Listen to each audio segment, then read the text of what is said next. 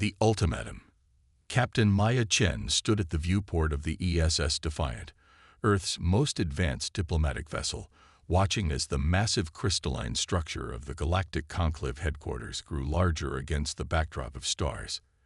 The enormous structure orbited a neutron star at the junction of 5 major trade routes, prime galactic real estate. She straightened her uniform and tried to quell the anxious flutter in her stomach. "Quite the sight, isn't it?" Commander Ramirez said, joining her at the viewport.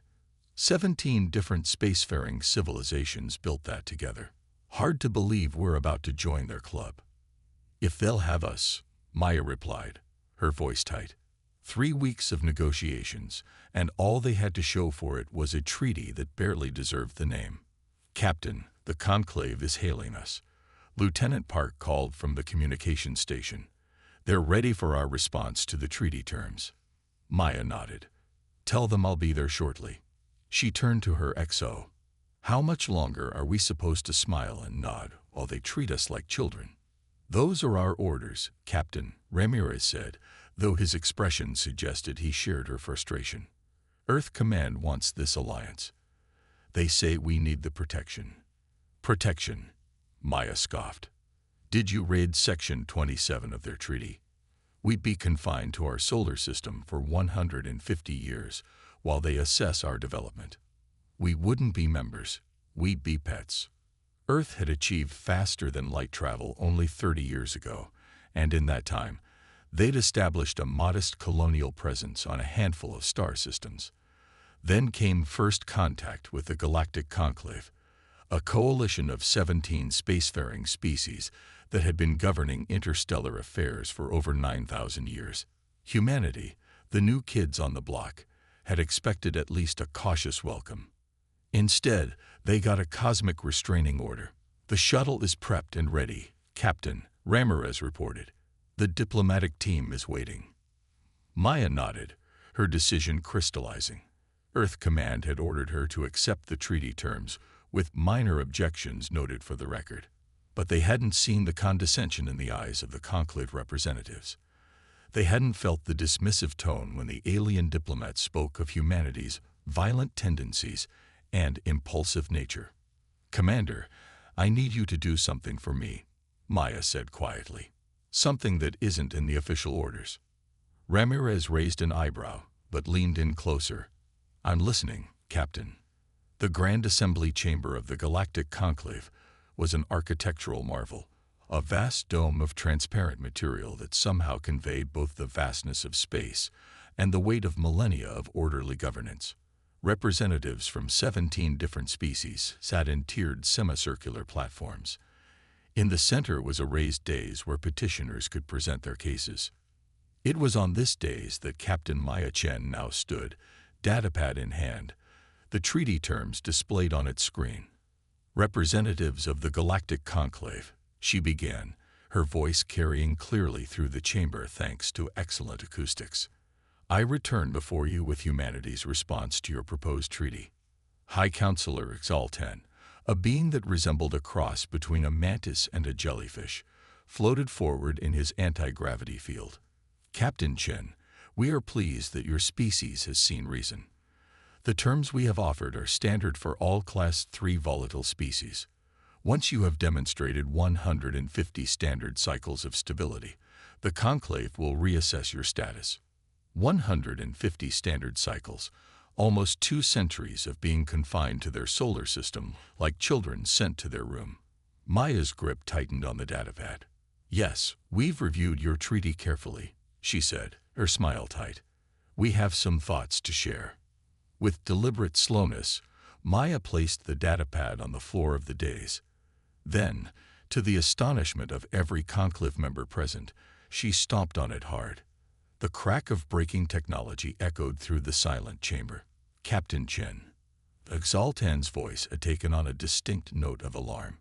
"What are you doing?"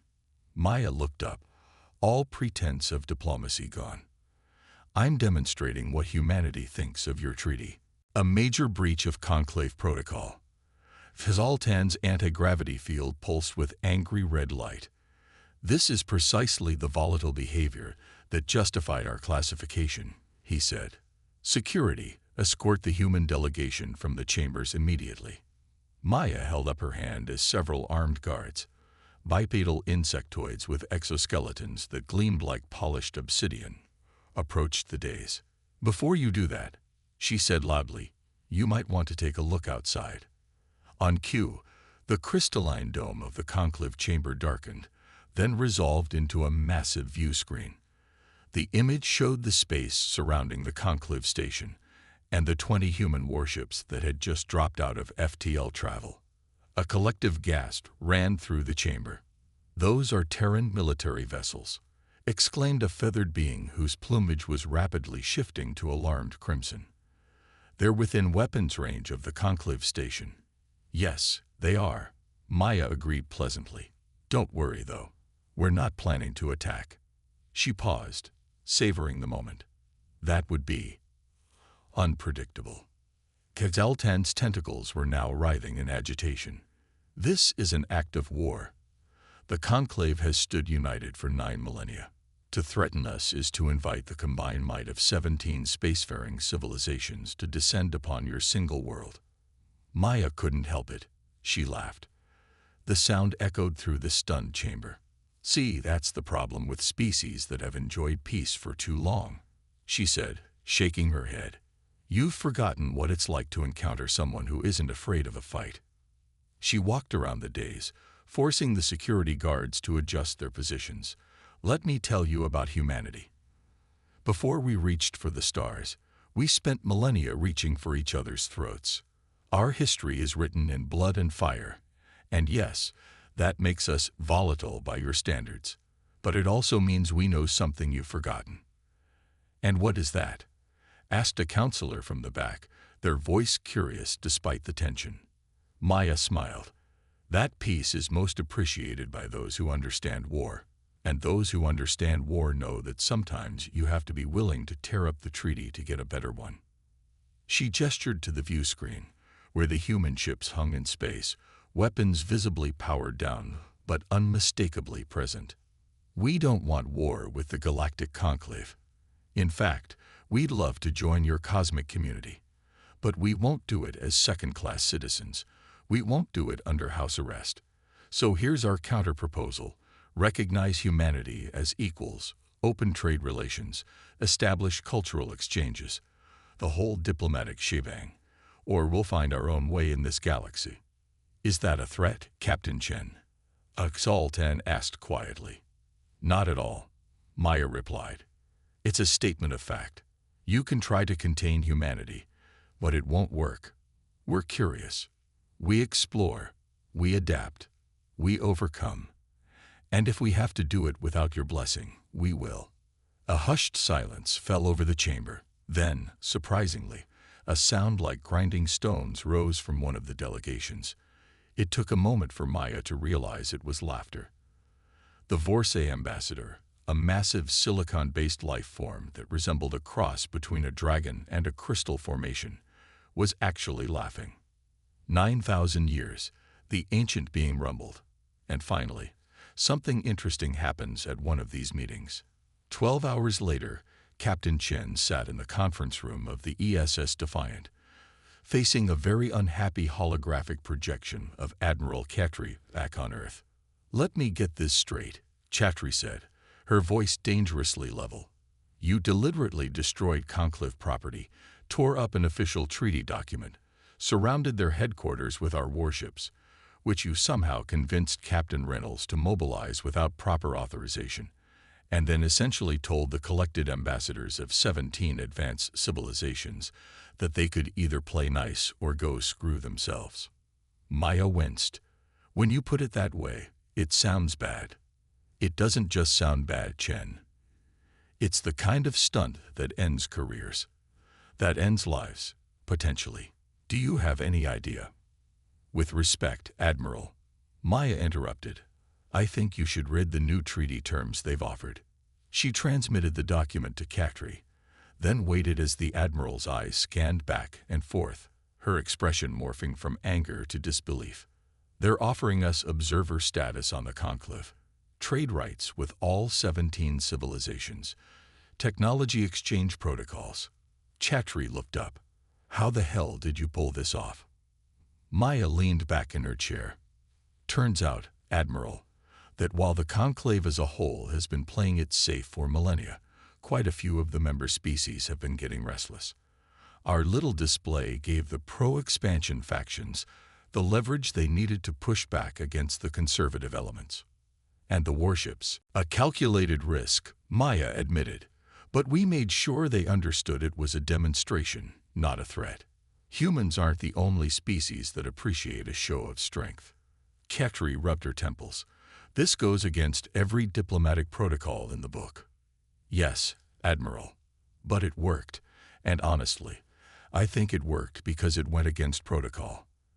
The Conclave has seen 9,000 years of the same diplomatic dance. We showed them something new. The Admiral was silent for a long moment. You realize Earth Command can't officially condone your actions. Of course not. And you realize that under normal circumstances, this would end with you being stripped of rank and possibly facing charges. Maya nodded solemnly. I was prepared for that outcome, Admiral. Chatri sighed deeply. Well, these aren't normal circumstances, and I can't argue with results.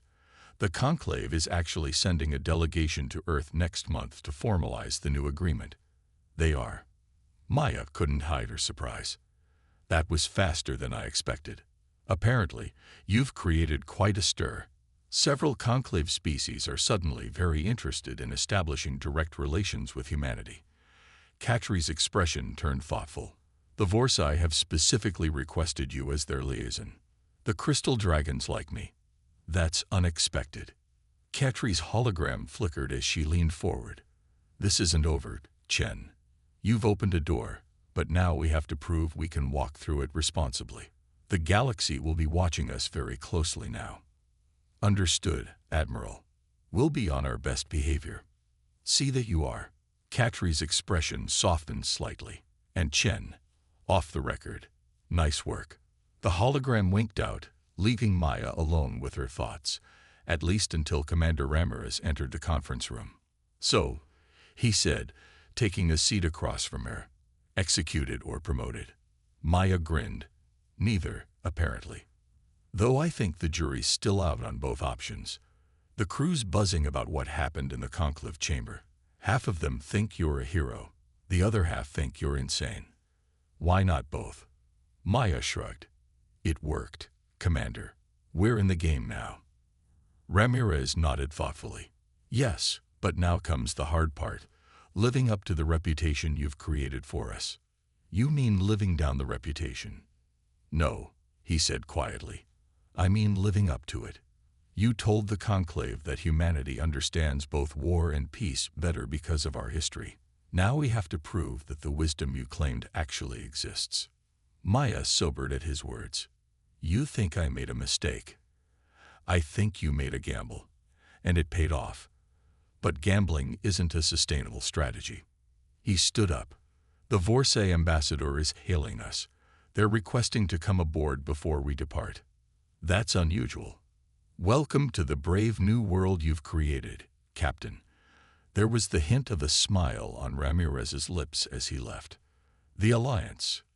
The Vorsay ambassador, who had introduced himself as Krelvor, took up nearly half of the Defiance main conference room. His crystalline body structure caught the light and refracted it in mesmerizing patterns across the walls. Several nervous crew members stood at attention along the walls, trying not to stare. Captain Chen. Krelvor's voice rumbled like an avalanche-given speech. I must say your performance in the conclave chamber was most refreshing. Maya, standing rather than sitting to show respect to the massive alien, inclined her head. I'm glad someone enjoyed it, Ambassador. Oh, many enjoyed it, though few would admit it publicly. The crystalline being shifted, sending new patterns of light dancing across the room. The conclave has grown stagnant, cautious to the point of paralysis. Some of us have been pushing for change for centuries, but change comes slowly when decision-makers live for thousands of years. I can imagine, Maya said, though in truth, she couldn't. The concept of living for millennia was beyond human comprehension. No, you cannot, Krulvor replied bluntly. But your inability to comprehend our lifespans is precisely what makes your species valuable. You think differently. You act quickly. You take risks. Maya raised an eyebrow. The very traits the Conclave cited as dangerous. Dangerous, yes, but also necessary. The ambassador's crystalline structure pulsed with inner light. The galaxy is changing, Captain. New threats emerge from the dark spaces between stars. Old powers stir that even the Conclave fears to name. In this context, caution may be more dangerous than boldness. You're talking as if there's something the Conclave isn't telling us. Krulvor's surface seemed to ripple, the Vorsai equivalent of laughter.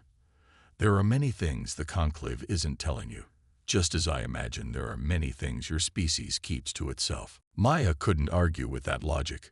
Earth's governments had unanimously agreed to present a unified, sanitized version of human history to alien civilizations, downplaying wars, genocides, and other unfortunate chapters. Fair enough, Maya conceded. So why are you here, Ambassador? I doubt it's just to congratulate me on my diplomatic tantrum. Indeed not. The crystalline being leaned forward, lowering his massive head to Maya's eye level. I am here to offer you a warning and an opportunity. I'm listening. The warning is this. Not all Conclave members are pleased with the outcome of today's events. Some will seek to undermine the new arrangements. Others will test humanity's resolve, looking for weaknesses to exploit. Maya frowned. And the opportunity? An alliance. Not officially, of course. Not yet. But the Vorsai Collective would welcome closer ties with humanity.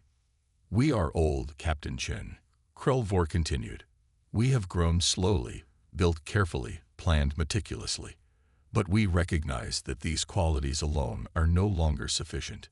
You want our unpredictability, Maya realized. Our volatility. Precisely. Krulvor straightened up again, towering over the humans in the room. In return, we offer knowledge, protection when needed, and access to networks of influence within the Conclave that would otherwise take your species centuries to build. Maya considered the offer carefully. I'll need to consult with my superiors, of course. We Vorsai understand the value of deliberation. The massive being moved toward the door, which had been specially widened for his visit. But do not deliberate too long, Captain. As you showed the Conclave today, sometimes the bold action is the right one. After the ambassador had departed, Commander Ramirez approached Maya. So, he said, first, we tear up their treaty, then we start making side deals before the ink is dry on the new one. Maya shook her head. I call it insurance. The Conclave may have agreed to better terms, but that doesn't mean they're happy about it. And you trust the Vorsai. Trust is a strong word. Maya looked out the viewport where the crystalline shuttle of the ambassador was preparing to depart. But of all the species on the Conclave, they were the only ones who seemed to appreciate what we did today. That counts for something. Ramirez nodded slowly. We're in uncharted territory now. Captain, Maya said with a grin, when it comes to humanity, we're always in uncharted territory. That's what makes us special. 3 months later, Maya found herself back on Earth, standing on the balcony of the newly constructed Galactic Embassy in Geneva.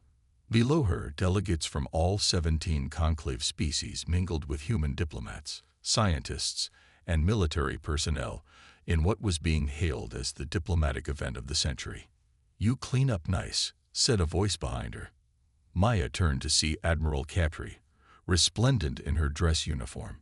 Almost can't tell you're the same hot-headed captain who nearly started an interstellar war. Maya adjusted her own dress uniform collar. Just following orders, Admiral.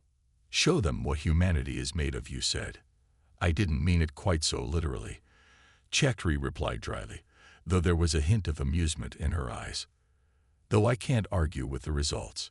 6 trade agreements signed, 4 technology exchange programs established, and the Conclave has fast-tracked our observer status to full membership within a decade rather than 3 centuries. Sometimes you have to break protocol to make progress. Katri glanced back at the gathering. The Trexian ambassador still flinches when you walk by. He has 4 arms. That's just excessive, Maya protested with a slight smile. Well, try not to punch any more ambassadors today. This is a delicate moment.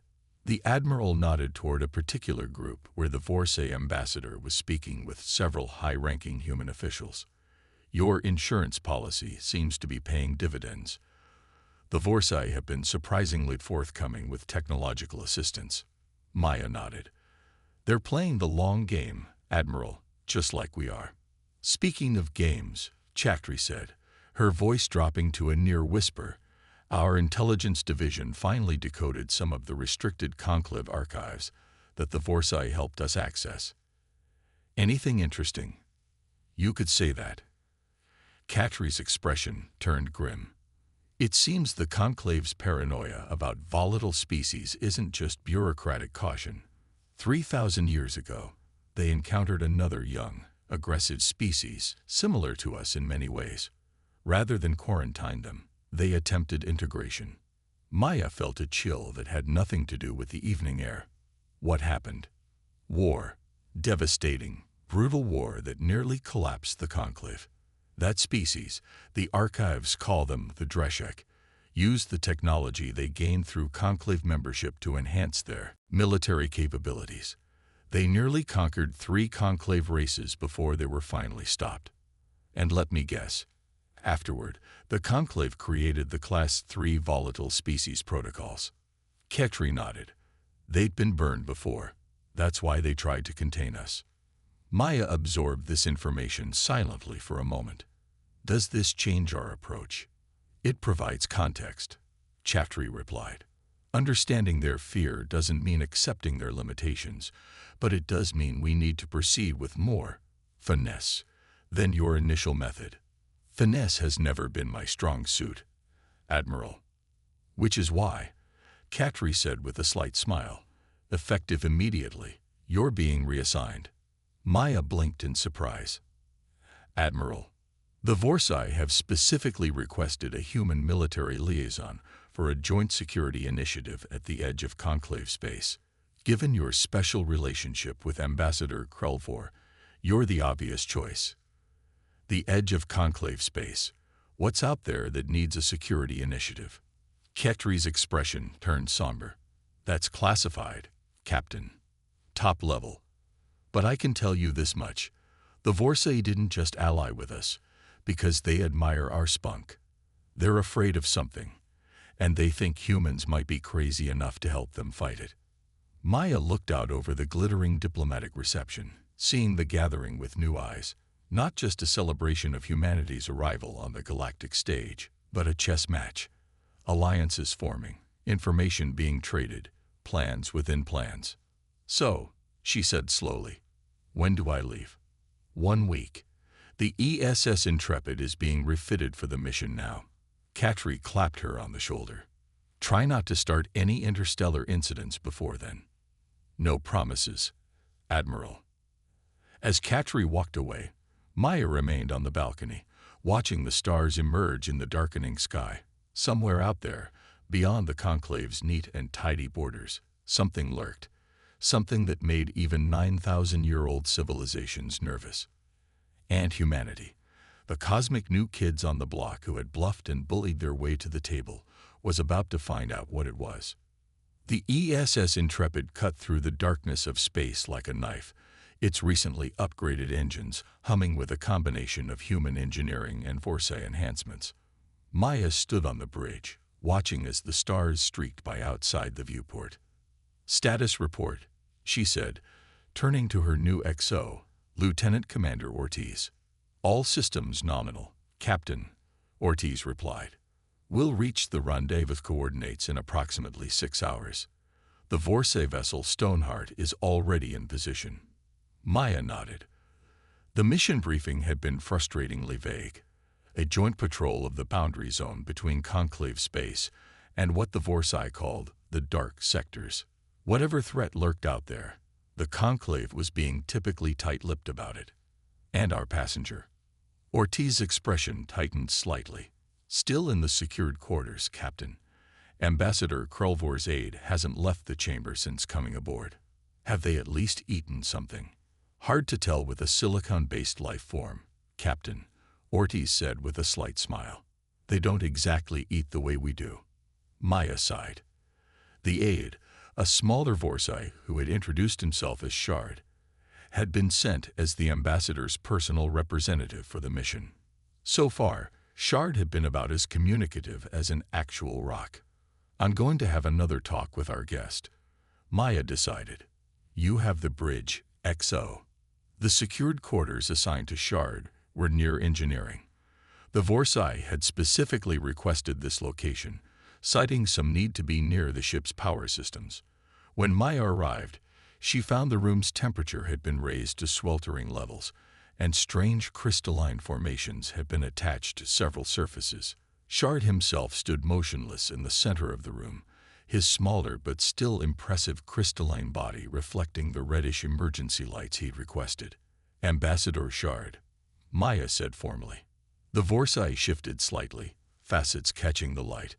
I am not an ambassador, Captain. Merely an extension of Krulvor's will. Right. Well, whatever your title, we're approaching the rendezvous point. I thought it might be time for you to fill me in on what exactly we're looking for out here. Shard was silent for a long moment.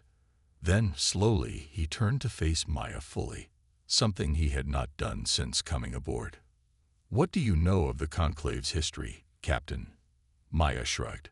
9,000 years of peace and prosperity. 17 member species. Lot of rules. A simplified version. Shard's voice rumbled. The truth is more complex. The Conclave did not form by choice, Captain. It formed out of necessity. Necessity? Maya raised an eyebrow.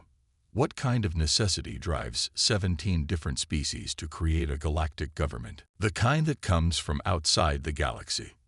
The statement hung in the air between them, heavy with implications. You're talking about an invasion, Maya said slowly. Something from beyond our galaxy. Not precisely an invasion. More a harvesting. Shard's crystalline body pulsed with inner light. They come rarely, once every few thousand years. They take what they need and return to the darkness between galaxies. Maya felt a chill despite the room's heat. And what exactly do they harvest? Life, Shard said simply. Sentience. Consciousness.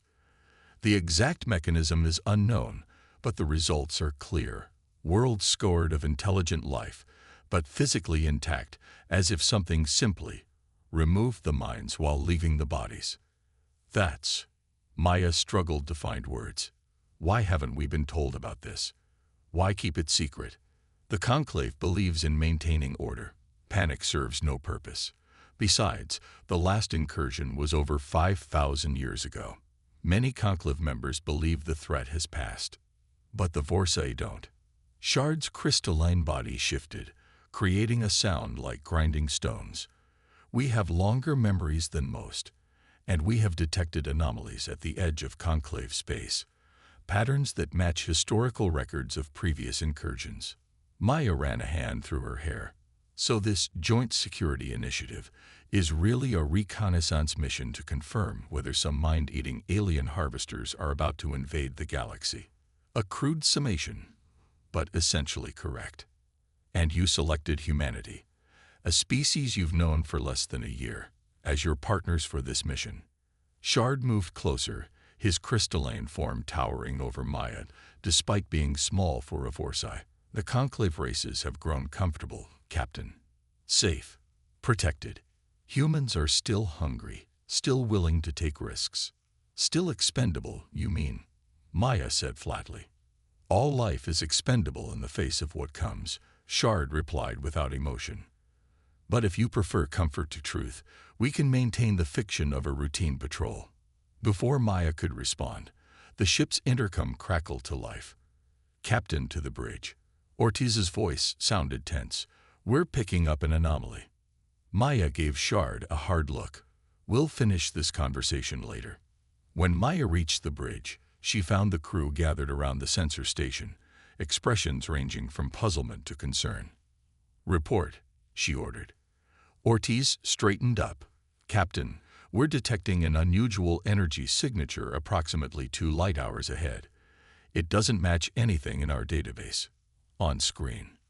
The main view screen showed only empty space, but when Ortiz adjusted the settings to display energy readings, a faint pulsing anomaly appeared, like a tear in the fabric of space itself. "What am I looking at, XO?" "Unknown, Captain. It's not a natural phenomenon, at least not according to our sensors. It's like a door standing open where it shouldn't be." A door.